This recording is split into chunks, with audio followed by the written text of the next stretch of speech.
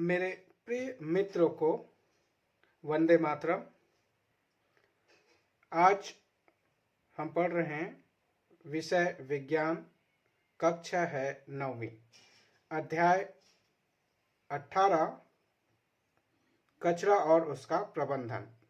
CGPSC की किताब है जिसका पेज नंबर है 258 258। Lesson 18 waste and its management, कचरा और उसका प्रबंधन। तो सबसे पहले देखते हैं कचरे से अभिप्राय। कुछ उदाहरण लेते हैं तो हम इस कचरे का अर्थ समझ पाएंगे। कुछ चीज़ें हमारे लिए बहुत उपयोगी होती हैं, जो घर में सामान होती हैं उसमें से कुछ चीज़ें हमारे लिए उपयोगी होती हैं और कुछ नहीं। सभी के घरों में ऐसा होता है। जैसे पुराने समाचार पत्र जो हमारे लिए कचरा है किंतु कागज मिल के लिए सामग्री है। यहाँ पे ध्यान देंगे, जो हमारे लिए कचरा है वो किसी के लिए जो है कोई चीज बनाने की सामान है या सामग्री है। दूसरा उदाहरण, प्लास्टिक बैग टूटा फूटा। जो प्लास्टिक बैग टूटा फूटा होता है, गत्ते आदि हमारे लिए कचरा है किंतु देखें तो कबाड़ी वाले के लिए आय का एक स्रोत है। इसे बेच के वो पैसे कमाता है। तो यहाँ पे देखेंगे तो कचरे का यहाँ पे हम क्या अर्थ ले रहे हैं। अतः कचरे से अभिप्राय उस वस्तु के उपयोगी या अनुपयोगी होने से जुड़ा होता है। तो सीधा अगर हम परिभाषा कहें कचरे का से अर्थ लें तो इसका मतलब यही है कि कचरे से अभिप्राय का यही अर्थ होगा कि क्या वो चीज़ें हमारे लिए उपयोगी है या अनुपयोगी है। अगर कचरा सामग्री अनुपयोगी है तो वो हमारे लिए कचरा होगा। अब कचरे को या वेस्ट को हम दो भागों में बांटते हैं।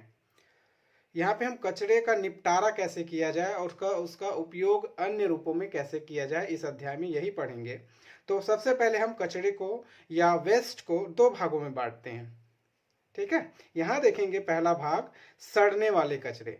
तो जो हमारे लिए अनुपयोगी पदार्थ होते हैं, सामग्री होते हैं या पदार्थ होते हैं, वो होता है एक तो या तो वो सड़ जाता है, सड़ गल जाता है या खराब होकर वो अन्य रूप में परिवर्तित हो जाता है। दूसरा होता है ना सड़ने वाले कचरे। तो यहाँ पे सड़ने वाले कचरे में कौन सा भाग आएगा, क्या क्या आ जाएगा। कुछ कचरा थोड़े समय में सड़ने लगती है। इस प्रक्रिया को सूक्ष्म जीवों द्वारा किया जाता है। मैं पिछले अध्याय में आपको बताया था कि सूक्ष्म जीव कैसे जो है जटिल कार्बनिक पदार्थों को सरल कार्बनिक पदार्थों में तोड़ देते हैं। तो ये जो है कचरा जो सड़ने वाले होते हैं उसको जो सरल रूप में तोड़ने का काम क्या कौन करता है, सूक्ष्म जीव करते हैं। सड़ने गलने की प्रक्रिया में सूक्ष्म जीव इसे कचरे में उपस्थित जटिल कार्बनिक पदार्थों को सरल पदार्थों में बदल देते हैं। ठीक है, बड़ा रूप में है, अणु जो है बहुत बड़ा रूप में है। मान लो जैसे सुक्रोज है, कार्बोहाइड्रेट है, तो उसको कार्बन ग्लूकोज में तोड़ेगा, फिर क्या करेगा वो धीरे धीरे उसको कार्बन हाइड्रोजन ऑक्सीजन के मूल रूप में परिवर्तित कर देता है। ठीक है, तो इस तरह से इस प्रक्रिया को क्या कहते हैं, तो जटिल कार्बनिक पदार्थों को सरल पदार्थों में तोड़ने की प्रक्रिया को क्या कहते हैं, अपघटन कहते हैं। यहाँ पे उदाहरण वही दिया गया है, ग्लूकोज है C6H12O6, ये अपघटन होगा, इसका डिकम्पोज होगा सूक्ष्म जीव के द्वारा, तो कार्बन हाइड्रोजन ऑक्सीजन में मिल जाएगा, बन जाएगा, बदल जाएगा छोटे कणों में, और इस तरह से वो मिट्टी में मिल जाएगा। ठीक है, तो इस तरह से ये अपघटन होता है। सड़ने वाले पदार्थों का क्या होता है, डिकम्पोजर होता है, क्या होता है, अपघटन होता है। यहां पे देखेंगे दूसरा, न सड़ने वाले कचरे। तो वह कचरा जो जीवों द्वारा अपघटित नहीं होता उन्हें जैव अनिम्नीकृत कहते हैं। इसके पहले मैं इस लाइन को आपको समझा देता हूं। इस प्रकार के जैविक रूप से नष्ट होने वाले पदार्थ जैव निम्नीकृत कचरा है। यहाँ पे ध्यान दें, जो कचरा सूक्ष्म जीवों द्वारा अपघटित कर दिया जाता है या सड़ा दिया जाता है, ठीक है, तो वो ऐसे जैविक जो रूप से जो नष्ट होने वाले पदार्थ है वो कहलाता है जैव निम्नीकृत कचरा। दूसरा, न सड़ने वाले कचरे में वह कचरा जो जीवों द्वारा अपघटित नहीं होते उन्हें जैव अनिम्नीकृत कचरा कहते हैं। इसका उदाहरण कौन कौन सा है, जैसे प्लास्टिक, पॉलीथीन, कांच, ये सारी चीजें जो है जैव अनिम्नीकृत पदार्थ होते हैं। अब यहाँ पे प्रश्न उठता है कि आपके घर में पाए जाने वाले कचरे में कौन से पदार्थ या कचरा जैव निम्नीकृत है और जैव अनिम्नीकृत है, छांटिए। आपको एक लिस्ट दे दिया जाएगा, ठीक है। पेन, स्याही, पेन और कपड़े का कागज, प्लास्टिक, पॉलीथीन, कांच, प्लास्टिक की बोतल, ठीक है। और दूसरा आपको मिल गया फल के छिलके, सब्जी के छिलके। तो इस तरह से इनमें आपको जैव निम्नीकृत और जैव अनिम्नीकृत कचरा को छांटना है। तो सिंपल है, जो सड़ने वाले हैं वो जैव निम्नीकृत में आ जाएगा और जो नहीं सड़ेगा वो जैव अनिम्नीकृत में आ जाएगा। जितने भी प्लास्टिक पदार्थ है जो जैसे का तैसा रहता है, पॉलीथीन वगैरह, वो सब जैव अनिम्नीकृत में आएंगे, ठीक है। तो इस तरह से ये हो गया सड़ने वाले कचरे और बिना जो है न सड़ने वाले कचरे। आगे देखते हैं कचरा प्रबंधन। कचरा प्रबंधन, वेस्ट मैनेजमेंट। तो कचरा का प्रबंधन कैसे कर रहे हैं? हम खाद के रूप में करते हैं, गांव में खाद के रूप में करते हैं, ठीक है। और जिसको हम दो भागों में बांटते हैं खाद के रूप में। दो तरह के खाद बनाया जाता है, ठीक है। ये ज्यादातर कौन से खाद बना रहे हैं, वो कौन सा है? कचरा प्रबंधन हम किसका कर रहे हैं? ज्यादातर हम कर रहे हैं जैव निम्नीकृत कचरा का जो है खाद के रूप में उपयोग किया जाता है या खाद बनाया जाता है, जैव निम्नीकृत। और अनिम्नीकृत, जैव अनिम्नीकृत को अन्य रूपों में उसको परिवर्तित किया जाता है। तो यहाँ पे हम जैव निम्नीकृत के बारे में बात कर रहे हैं। तो खाद बनाया जाता है कचरा प्रबंधन के द्वारा। तो पहला है कंपोस्ट खाद, जिसको कहते हैं जैविक खाद। इसमें हम पढ़ेंगे बनाने की विधि, घरेलू स्तर पर हम कचरे के खाद में परिवर्तित कर सकते हैं, ठीक है। दूसरा होता है वर्मी कंपोस्ट, तो इसकी बनाने की विधि पढ़ेंगे, ये बहुत इंपॉर्टेंट है। अभी ये जो छत्तीसगढ़ में हमारा ये प्रोजेक्ट चल रहा है वर्मी कंपोस्ट बनाने का, तो ये बहुत इंपॉर्टेंट है। और ये कंपोस्ट खाद बनाने का भी चल रहा है, जैविक खाद। गांव-गांव में, शहर में एक ट्रॉली लेके कचड़े जो है इकट्ठा करने के लिए जो है नगर पालिका या पंचायत की जो कर्मचारी हैं वो आती है। तो अभी ये बहुत बड़े स्तर में ये काम चल रहा है जैविक खाद बनाने का और वर्मी कंपोस्ट बनाने का। चलिए देखते हैं खाद किस रूप में। तो जैविक खाद, इसी को कहते हैं कंपोस्ट खाद। तो बनाने की विधि पढ़ेंगे, देखते हैं। पहला और दूसरा क्या पढ़ेंगे? घरेलू स्तर पर कचरे से हम कचरे को खाद में कैसे परिवर्तित कर सकते हैं घर में, ठीक है।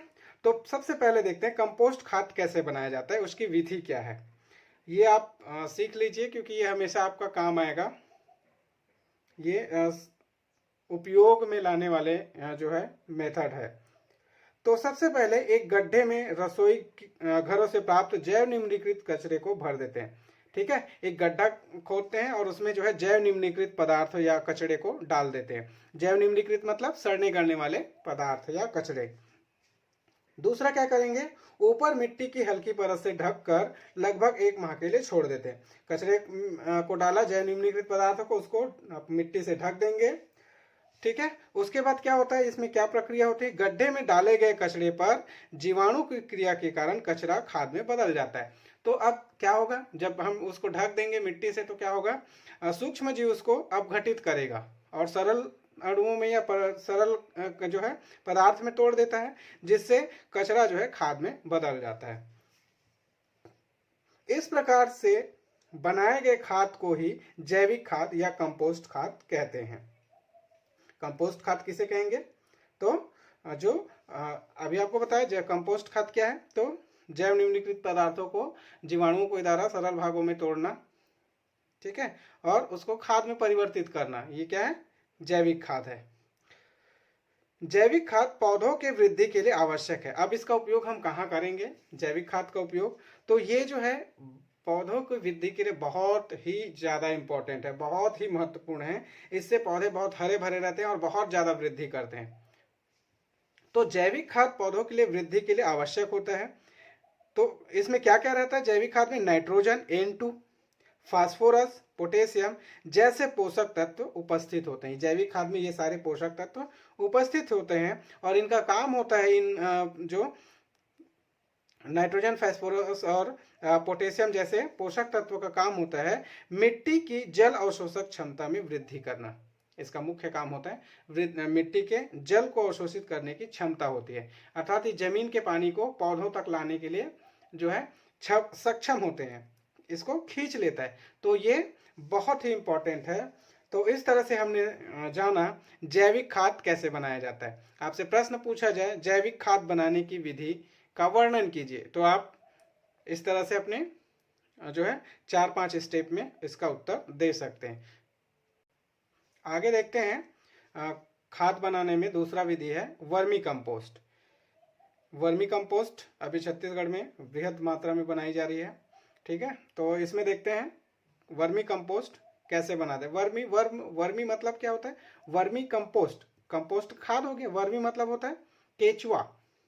तो केचुओं के द्वारा जो खाद बनाया जाता है वो क्या कहलाता है, वर्मी कंपोस्ट कहलाता है। तो इसके बनाने की विधि देखेंगे कैसे बनाया जाता है। तो केचुओं की सहायता से जैव निम्नीकृत कचरा को खाद में बदल दिया जाता है, जिसे वर्मी कंपोस्ट कहते हैं। केचुआ क्या करता है, जो सड़ने करने वाले पदार्थ होते हैं उसको खा जाता है, और खाने के बाद वो जो है उस अपशिष्ट पदार्थ के रूप में बाहर निकालता है, जो बहुत ज़्यादा उर्वरक होता है, बहुत ज़्यादा रिच जो है उसमें मिनरल होते हैं या पोषक तत्व होते हैं। तो ये जो है वर्मी कंपोस्ट कहलाता है। बनाने की विधि देखेंगे, वर्मी कंपोस्ट बनाने की विधि, वर्मी कंपोस्ट बनाने की विधि यहाँ पे देखेंगे कैसे बनाया जाता है। वर्मी बनाने हेतु छायादार स्थान चुनकर निम्नलिखित 3 स्तर में बनाए जाते हैं। तो सबसे पहले वर्मी कंपोस्ट बनाने के लिए छायादार स्थान होना चाहिए, और उनको हम 3 स्तर पर बांटते हैं, पहला, दूसरा और तीसरा स्तर। तो पहले स्तर में क्या करेंगे, मिट्टी करीब 15 सेंटीमीटर मोटी परत होना चाहिए। एक स्लेब बनाएंगे, एक दीवार बनाएंगे चारों तरफ से आयात में, और उसमें या नहीं भी है तो आप गड्ढे खोदकर उस पर चारों तरफ जो है नेट जाली जो आती है उसको लगा के बना सकते हैं, पॉलीथीन का जो आता है उस पर भी बना सकते हैं। तो क्या करेंगे, मिट्टी करीब 15 सेंटीमीटर मोटी परत डालते हैं, मिट्टी की परत ला डालेंगे 15 सेंटीमीटर। दूसरा स्तर में क्या करते हैं, मिट्टी के ऊपर घास की करीब 10 सेंटीमीटर परत डालते हैं। घास नहीं है तो जो अन्य चीजें हैं जो सड़ गल सकती है उसको भी डाल सकते हैं। तो दूसरा स्तर होता है मिट्टी के बाद 15 सेंटीमीटर मिट्टी, फिर उसके ऊपर 10 सेंटीमीटर घास की परत डालेंगे। फिर तीसरा स्तर में क्या करते हैं, दूसरे स्तर के ऊपर गोबर की करीब 15 सेंटीमीटर मोटी परत डालते हैं। तो इस तरह से 3 लेयर, पहले 15 सेंटीमीटर मिट्टी की परत, फिर घास की परत 10 सेंटीमीटर, उसके ऊपर गोबर की 15 सेंटीमीटर की परत डालते हैं। देखिए कैसे इसका प्रोसीजर है, विधि कैसे है। तो इन स्तरों के ऊपर जल का छिड़काव किया जाता है। ये सब कंप्लीट तीनों स्तर होने के बाद इनके ऊपर जल का छिड़काव किया जाता है, जल छिड़केंगे ऊपर से। इसके ऊपर उत्तम नस्ल की केचुए छोड़ दिया जाता है, जो जल्दी ना मरता हो या वातावरण में सरवाइव कर लेता हो, अनुकूल हो जाता हो उस वातावरण का, ऐसे केचुए को जो उन्नत नस्ल की है उसको उसमें डालते हैं, ठीक है, उस गोबर के ऊपर डाल देते हैं। केचुए धीरे धीरे भीतर की ओर चले जाते हैं, वो मिट्टी खाते खाते अंदर घुस जाता है गोबर के अंदर। इस ढेर के ऊपर जूट की बोरी ढक देते हैं, जो नमी व ठंडक बनाए रखने के लिए होते हैं। जूट की बोरी, जो धान की बोरी होती है, जूट की बोरी उसी को कहते हैं। तो उस जूट की बोरी को पूरा कवर कर देंगे, ढक देंगे, वो उसको भी गीला रखेंगे ताकि वहां नमी बनी रहे और ठंडक बनी रहे अंदर। ज्यादा गर्मी होगा तो क्या होगा, केचुआ मर जाएगा, तो वो सर्वाइव नहीं कर पाएगा। तो इसलिए हम क्या करेंगे, उसको बोरे से, जूट के बोरे से ढक देंगे, जिससे वहां ठंडक बनी रहे। इस ढेर पर प्रतिदिन जल का छिड़काव किया जाता है। रोज आपको थोड़ा थोड़ा जल का छिड़काव करना है, नमी बनाए रखने के लिए। 15 दिनों के बाद इस मिश्रण को फैला देते हैं। उसके बाद उसको थोड़ा फैलाते हैं, ठीक है, थोड़ा कोड़ा लगाते हैं उसको, बोरे को निकाल के। तो फैलाने के बाद क्या करते हैं, मिश्रण को फैलाते समय जब हम उसको फैला रहे होते हैं तब जैव निम्नीकृत हो सकने वाले कचरे को मिला देते हैं। जो कचरा आपके पास उपलब्ध है उस समय 15 दिन तक इकट्ठा हुआ है, उसको हम उसमें जैव निम्नीकृत जो कचरा है उसमें मिला देते हैं। तो वो भी जो है खाद में बदल जाएगा, तो उसको उसी समय मिला देते हैं। पुनः जूट की बोरी को ढक दिया जाता है। मिलाने के बाद फिर उसको क्या करेंगे, जूट की बोरी से पुनः ढकेंगे। इस पर 20 से 30 दिनों तक समय समय पर जल का छिड़काव करते हैं। तो 15 से 20 दिनों तक आपको जल का छिड़काव करना है। कैसे करना है, देखते जाना है, कहीं सूखा हो रहा है, अगर वो सूख रहा है बोरी तो आपको उसके ऊपर हल्की पानी का बौछार कर देना है ना, छिड़काव करना है। 20 से 30 दिनों बाद केंचुओं की सहायता से कंपोस्ट खाद तैयार हो जाते हैं। तो इस तरह से 20 या 30 दिन, 1 महीना मान के चलिए, तो 1 महीने के बाद कंपोस्ट खाद पूरी तरह से बन जाता है। ये भी कंपोस्ट खाद ही है, लेकिन ये कंपोस्ट खाद किसके द्वारा बनाया गया, वर्मी के द्वारा या केंचुए के द्वारा बनाया गया है, इसलिए इसको कहते हैं वर्मी कंपोस्ट। ठीक है, तो आपको क्वेश्चन आपसे क्वेश्चन पूछा जाए वर्मी कंपोस्ट किसे कहते हैं, उनके बनाने की विधि लिखिए। तो आपको इन टॉपिक पर स्टेप बाय स्टेप आपको बताना है। आपके असाइनमेंट भी में भी ये क्वेश्चन आया है, तो आप इसको एक बार पढ़ना जो है वीडियो को देख लेंगे तो आपको समझ में आ जाएगा क्या लिखना है। ठीक है, आगे बढ़ते हैं फिर। चलिए आगे बढ़ते हैं। कचरा प्रबंधन हमारी पहल, दूसरा टॉपिक जो आगे बुक में दिया है वो टॉपिक है कचरा प्रबंधन हमारी पहल। क्या हम पहल कर सकते हैं? तो देखो कुछ टॉपिक को मैं छोड़ दिया हूँ, 2-3 टॉपिक है वो जो है आदर्श प्रयास है, जिसको मैं नेक्स्ट वीडियो में डालूंगा। हम इसको पहले देख लेते हैं, जो 4R से कचरा प्रबंधन कैसे करते हैं। हम एक स्लोगन तैयार करते हैं 4R। ठीक है, इससे जो है कचरे का प्रबंधन आप भी, हम सभी लोग भी कर सकते हैं इस 4R को अपनाकर। तो पहला 4R में पहला R है, फर्स्ट R, रिड्यूस। ठीक है, रिड्यूस का मतलब कम करना। तो यहाँ पे कचरे को उसके प्रथम स्रोत से कम करें। जहाँ कचरा उत्पन्न हो रहा है पहले से, जहाँ प्रारंभ हो रहा है वहीं से उसको कम करने का प्रारंभ कर दे। जैसे पहला उदाहरण हम अपने स्कूल में या अपने जो है घर में ही देखते हैं, अपनी पुरानी किताब किसी दूसरे के दे दे। जैसे आपके जो आपने पिछली कक्षा पढ़ा, आपका किताब बचा हुआ है, आप उसका कोई उपयोग नहीं है, तो आप क्या करेंगे, उसको बेचेंगे नहीं। तो उसको क्या कीजिए, ऐसा नहीं करना है, आपको उसको दूसरे को दे देना है ताकि उस किताब का उपयोग हो सके और वो ज़्यादा दिन तक उसका जो है लाभ ले सके।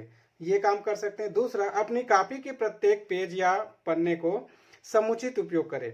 अब जैसे एक लाइन लिखा, उसके बाद बाकी पेज को फाड़ के आपने फेंक दिया, तो ऐसा नहीं करना है। आप कोशिश करें कि सभी पेज में का जो है समुचित उपयोग है, अच्छे से उपयोग कर ले। तो इस तरह से आपका पेज बचेगा। ज़्यादा लिखेंगे तो क्या है, कॉपी की जो ज़्यादा यूज होगा वो कम होगा। तो कम किताब में या कम कॉपी में आप ज़्यादा कार्य कर सकते हैं। दूसरा, रिफ्यूज। तो रिफ्यूज अस्वीकार करना। तो प्लास्टिक थैलियाँ आदि के उपयोग को अस्वीकार करें। तो जैसे आप मार्केट जाते हैं या घर के सदस्य कहीं मार्केट जाते हैं या कहीं भी जाते हैं, ठीक है, सामग्री खरीदने के लिए, तो वहाँ पॉलीथीन दिया जाता है, प्लास्टिक की बोतल दिया जाता है, या जो भी जो है इस तरह के अनिम्नीकृत पदार्थ जो है सामग्री आपको मिलता है। तो आप क्या करेंगे, उसका उपयोग नहीं करेंगे, उसको अस्वीकार कर देंगे। आप जूट की थैले लेके जाइए, घर से थैले लेके जाइए। तो इस तरह से रिफ्यूज अस्वीकार कीजिए। आपको अगर प्लास्टिक की थैली दे रहे हैं तो आप लेने से मना कर दीजिए, उसके जगह अपने थैले में सामान को रखिए, या आप अपने बड़े बुजुर्गों को ये बातें बताइए। तो इस तरह से भी आप प्लास्टिक जो जैव अनिम्नीकृत पदार्थ है उसको कम कर सकते हैं। रीयूज, ये बहुत इंपॉर्टेंट है। पुनः उपयोग कैसे करें, रीयूज। तो ऐसे जैसे प्लास्टिक है, कांच की बोतलें हैं, ठीक है, या अन्य सामग्री हैं जो एक बार उपयोग हो गया, आपने पानी का बोतल लाया और वो उपयोग हो गया, अब उसके बाद क्या करते हैं, फेंक देते हैं। तो कोशिश कीजिए ऐसे पदार्थों को जो पुनः उपयोग में जो है लाया जा सके। जैसे आपने किसी बोतल को रखा है तो आप दूसरे यूज में उसका उपयोग कर लीजिए, दूसरे चीज़ों में उसका उपयोग कर लीजिए। इस तरह से एक पदार्थ का या सामग्री को आप बार बार उसका उपयोग अन्य रूपों में करते जाएंगे, तो आपकी जो प्लास्टिक है वो उसका उपयोग कम हो जाएगा और जो है पॉल्यूशन कम होगा। ठीक है, रिसाइकल पुनः उसका जो है चक्रण करना, या पुनः क्या करना, रिसाइकल का मतलब है उसको दूसरे रूप में फिर से बना लेना। उदाहरण के लिए रसोई घरों से निकलने वाली हरी सब्जियों तथा फलों के छिलकों को पशुओं को खिलाने में उपयोग करें। अब देखिए, रिसाइकल करना मतलब आप दूसरे रूप में उसको कुछ ना कुछ बना दिए। जैसे रसोई में निकलने वाले कचरे को आप फेंक रहे हैं, इससे अच्छा आप उसको क्या करेंगे, जानवरों को खिला दीजिए, गाय को खिला दीजिए। तो इससे क्या होगा, गाय खाएगी, उसका पोषक तत्व मिलेगा उससे, ठीक है, तो वो स्वस्थ रहेगी, दूसरा आपको गोबर भी मिल जाएगा। तो इस तरह से ये रिसाइकल है। तो इस तरह से आप कुछ नहीं कर रहे हैं तो इस 4R का एक भी स्टेप आप अगर पालन करते हैं तो आप पर्यावरण को बचा सकते हैं और कचरे का सही तरीका से मैनेजमेंट कर सकते हैं। इसमें से 3 टॉपिक अभी छूटा है, उसको फिर 5 मिनट का क्लास है, उसको मैं नेक्स्ट वीडियो में डालूंगा। कुछ आदर्श प्रयास है शहर का, व्यक्तियों का, जो शहर को और देश को स्वच्छ बनाने में बहुत मददगार है, तो उसके बारे में भी चर्चा करेंगे। तो आप इस चैनल को लाइक कर लीजिए, सब्सक्राइब कीजिए और बेल आइकन की घंटी बजा दीजिए ताकि आपको नए वीडियो मिलता रहे। नेक्स्ट अध्याय में मिलते हैं, तब तक के लिए सभी को वंदे मातरम।